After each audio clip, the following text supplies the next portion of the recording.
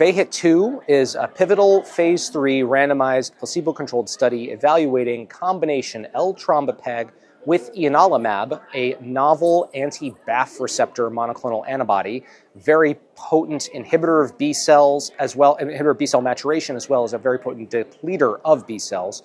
versus Eltrombopag plus placebo in patients with ITP in the second line. So these are patients that have just failed corticosteroids. They're relatively early on in their disease course. VAYHIT2 demonstrated significant improvements in time to treatment failure in patients receiving Ianalumab plus Eltrombopag versus patients receiving only Eltrombopag with placebo.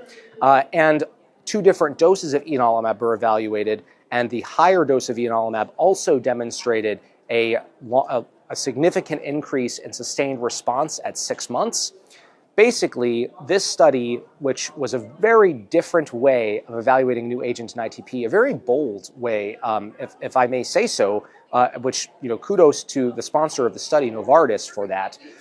for evaluating this drug in, a setting that most ITP therapies are never looked at in, which is early in disease, with the idea of maybe we can modify the course of the disease early on, before it becomes so immunologically complex, before the patient has a lot of oligoclonal T cell clones that are causing issues, that are making the disease very difficult to treat. We know the longer people have ITP, the worse it gets, and the more challenging it is to manage. So this study evaluated Ianalumab plus Eltrombopag versus placebo plus Eltrombopag, so everybody got established therapeutic in Eltrombopag, and yet the patients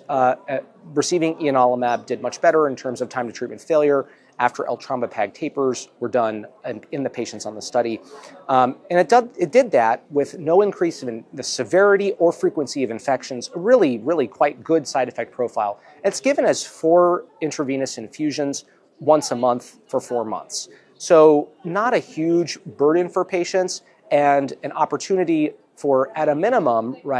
a nice long duration of durable treatment-free